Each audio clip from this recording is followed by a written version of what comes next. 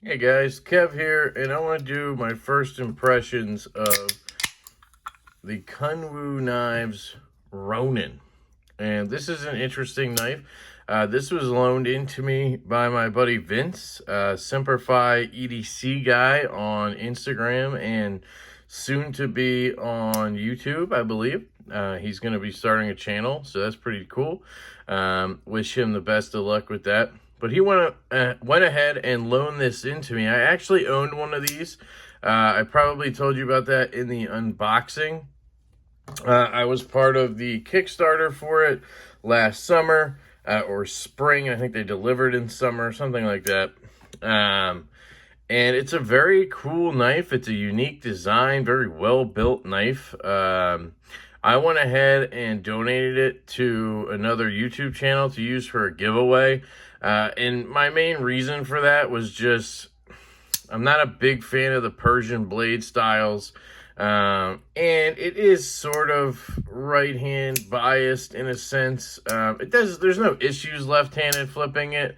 So it's not really, but you can't carry it lefty. And at the time, I was a big stickler on that. I basically wouldn't carry a knife if it wasn't able to have a reversible clip or it was lefty specific. Obviously, I've changed my ways since then. I got my LaCroix here. This is the lime flavor. It's a decent flavor. I'm a big fan of the coconut, as you know, and a new favorite of mine is tangerine, actually. Just tried that, and that's really good. So yeah, the Ronin here, what are we working with? Well, we have titanium scales, titanium backspacer. It's kind of semi-floating. You have a lanyard pin here. 3D mill titanium clip, very well done hardware. As you can see here, you know, you have a pivot that is tooled on one side. It is not a spinning pivot. I love to see that.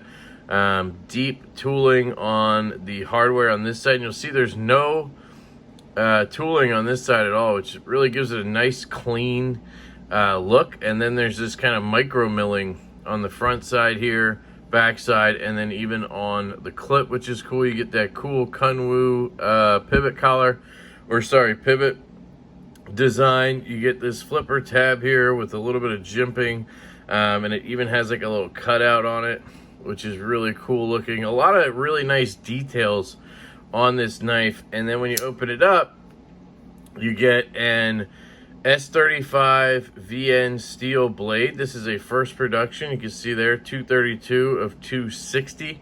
I can't remember the one I had. I think it was 100 and something out of 260. And these on the Kickstarter, guys, were $109 US. That's pretty impressive for the materials you get. The only knife I have close to that is the Asher Knives Silva. Sort of a similar design. If you look at it, just titanium scales. This one has standoffs, S35VN, flipper, obviously. This one was $95, so a little bit cheaper on the price point, but I will say the construction, overall build quality is definitely better on the Kunwu for sure there. And I think these retail for 140 or so on their website currently. You can still get them, I think. But yeah, so I really like some of the details, like the crown spine is really nice. Very well done. The blade grind is fantastic. The edge is very sharp, sticky there. Kunwu does a great job with heat treat, a great job with their grinds. I'm not a huge fan. It's one of the only kind of negatives I have with Kunwu at all is their blade finish. So it's not the grind, it's not the edge, it's not any of that. It's not the steel, the heat treat. It's just the finish. Like if you look at a Riot satin, this is a belt satin right here. just has these really nice grind lines. I really enjoy a Riot belt satin. You can see here's a Medford tumbled finish blade. Just see those grind lines are really nice, and then the tumbling here. There's not really any like discoloration or anything like that. Again, here we have a Riot belt satin down here, and then kind of a stonewash on the flats up there. Let's see what else I have. I have a ton of Riots, guys. Here is a ProTech. It's just a stonewash. It's very nice. But there's just something. I have a Tuya here. So a Tuya blade. This one is also a satin finish, but it's more of a just a clean. They went to a higher grit, so it looks a little bit shinier, kind of mirrory. And that looks good as well. And the way Kunwu does it, I don't know. It just seems to have more like uneven grind lines, you can see there. And then it almost has discoloration. It kind of looks like darker in some areas, lighter in others. I have the same thing on my Kunwu Tao that I recently got. And I love this knife, guys. You can see this one's better. So I think they're kind of honing that in as they go. Now that's a real kind of nitpick, guys. It doesn't affect anything really, other than maybe aesthetics a little bit. If you personally are like me, it's not a game changer or a deal breaker in any sense of the word. It's just something to point out. Their grind lines or whatever, their finish isn't as nice as some others, and that's really like the only nitpicks I have with Kunwu at all. I absolutely love their work. For their price point, it's ridiculous what they do. But yeah, ergonomically, this knife is pretty comfortable in hand. I'm not usually a fan of knives that are thicker up top and then taper down and get skinnier. Just for some reason is weird for me. It depends on the knife, but this feels fine. There's no unnecessary jimping on that blade at all. You, again, have that crown spine, which is really nice. And it feels good in hand. Left-handed feels great. Right-handed feels good as well. I have a little bit coming out. So, solid. Action, flipper, the detent is tuned to perfection. Kunwu nails detents like almost like nobody else out there. Riot is the only other company that consistently nails a detent. And from what I've seen from Kunwu, that's what they do. So that is a big selling point for somebody like me personally, who absolutely is a detent snob. I need to have a good tactile detent, a little bit of a snappy detent.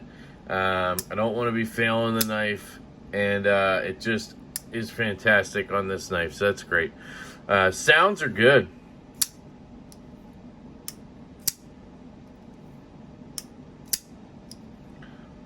Very good on the sounds. Again, the action is good. Detent's solid.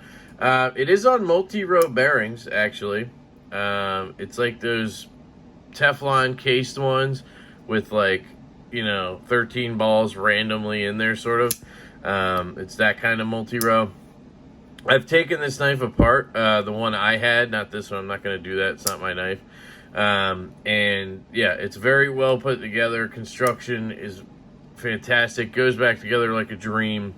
Again, very similar to Riot in the sense that you can take it apart, put it back together. It goes back together as is, perfectly. You get your centering back up. Pivot stays tight. Like, it's just a solid construction. And you'll see there, the action is good. And I haven't touched it. I haven't tuned it or done anything. It's very smooth. It's not drop shut on this one. Not like my Tao. And my other one I had also wasn't drop shut. It was more like this. Very, very smooth. But a shaker. So, also no blade play in any sense of the word. I don't know why I keep saying that. No lock rock, nothing like that. It's just a solid knife, guys. I really like it. Those are my first impressions, my thoughts on it. I dig it. It cuts very well. I just am not a fan of trailing points. I just feel like I'm losing the functionality of the tip. And I'm a tip guy, you know what I'm saying? Just a tip. Like, I like to cut out shipping labels a lot. That's one thing I do a lot with my knife. I get into packages a lot. I don't need a ton of belly. I do like drop points because they have belly, but they have a drop point, so your tip is more downward where you can get it. Like right now, the tip is facing up here, whereas a drop point, it would be like down here and getting ready to get into whatever that package is. That's a reason I love Tantos as well, because you get that secondary tip. You can just drop it in and do what you got to do. Warren Cliffs as well. I just don't like the look of Warren Cliffs. And the trailing point, I don't see the function or the form to it. So like a good Warnie, here's my crawler. A good Warnie, to me, this is an exception because it's so out there. I just think it's a really cool design. But normally, any Warren Cliff does not stick around for me. I don't think I have any other than this one. They just don't stick around. I sell them because I think they're ugly. And you'll see there, though, it's very functional because you just get up in this pinch grip and you have this huge tip on this guy, but you have all that flat edge to just do whatever you want, right?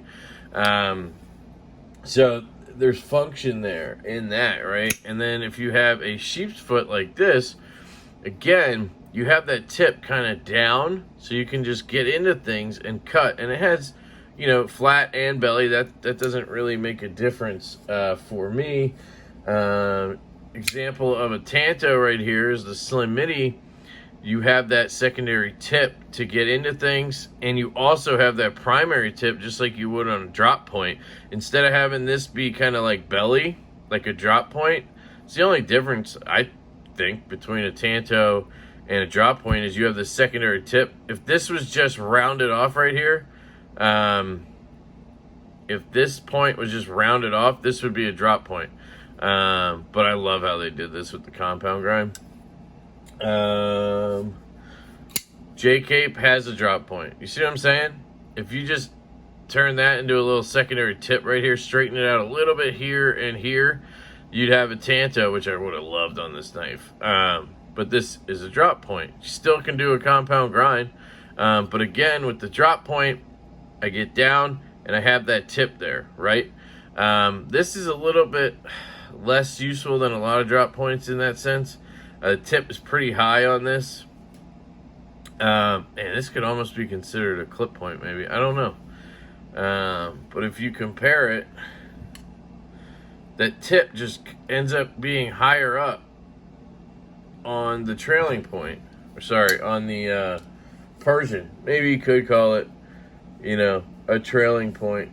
And then here's just a standard drop point. This is the Tau from Kunwu. Sorry, I know I'm really getting into this, but you can see that tip. It kind of goes straight down, down, down, right? On this guy, it goes straight down, down, and then it starts coming back up. And that's where you get the Persian part of it. And it just doesn't give, the tip is just so far up there. I have to be like this to get down and use it, right? I'm basically vertical at this point. With the Tau, I just have to go like this. I'm not all the way up here. I'm kind of just like on a little bit of an angle. And then again, with a Warnie reverse Tanto, something like that, even a sheep's foot, you're almost like not even doing anything. You're just kind of like, boop, and you're there. And I'm a tip guy. It's like, that's what I'm saying. I really like using the tip of a knife more than the belly, really, because I don't do a lot of like cardboard cuts or anything, because I don't have to chop cardboard up for the dumpster or anything. I just kind of break the box down and then chuck the whole box in. Or I use one box to shove all the other boxes in, and then I just shove that one box in. I don't know. It just, I don't end up out there cutting cardboard down a lot. And when I do, that's when I want something with a straight edge. That's when I grab a Warnie or a reverse Tanto or something like that. Yeah, sorry, I just got way off into the weeds on the blade shape there. Sorry about that. But yeah, this is a frame lock, obviously. Centering is dead nuts. Don't expect anything less from Kunwu. And yeah, guys, I really like this knife. I think it's a solid one. It's just not my favorite design. And that's kind of where that's where it ends up for me, is if I don't like a design, I'm probably not going to keep the knife. And when I had it, I didn't, you know. But that doesn't mean objectively this isn't a very well-made knife, and very useful knife, and definitely a quality piece for the price. I mean, 140 bucks. Yeah, it's S35, and that price point is actually kind of getting closer to being normal, although you're still seeing knives being sold at 180, 200 with those materials, even more than that. So 140 I'd say is a good price for this, for sure. And 109 that I paid on the Kickstarter is a great price for this. So that is the Kunwu Ronin. I will wrap it up with a in-person type full review at some point. I don't know if it'll be here before I go to Blade Show or after. I need to get a chance to put it in pocket a little more. The one I had, again, because it wasn't left-hand carry, and at the time last year I was kind of a real stickler about that. I didn't carry it much, so I don't really have that much experience with it. I put this in pocket a couple times. It seems perfectly fine in pocket. So I don't think there's going to be any concerns there, but I want to get more experience with it, cut with it a little more before I do the full review. So, yeah, guys, Kunwu Ronin, really appreciate you, Vince. Again, Semper Fi, EDC guy. This is actually a good day for this. It's Memorial Day right now for me, and Vince is a veteran, so I'd like to thank Vince for his service. Really appreciate you, buddy, not just for loaning me this knife, but for your sacrifice, and for all the vets out there, all the active military, anybody who's been in the military. We really appreciate all of your service. And again, Memorial Day is for the fallen, and we appreciate those people that have given the ultimate sacrifice to this country, which I think we need to make some changes. And I don't want to get political. Whatever spectrum you're on, I think you would admit that we need to make some changes and kind of start working together more.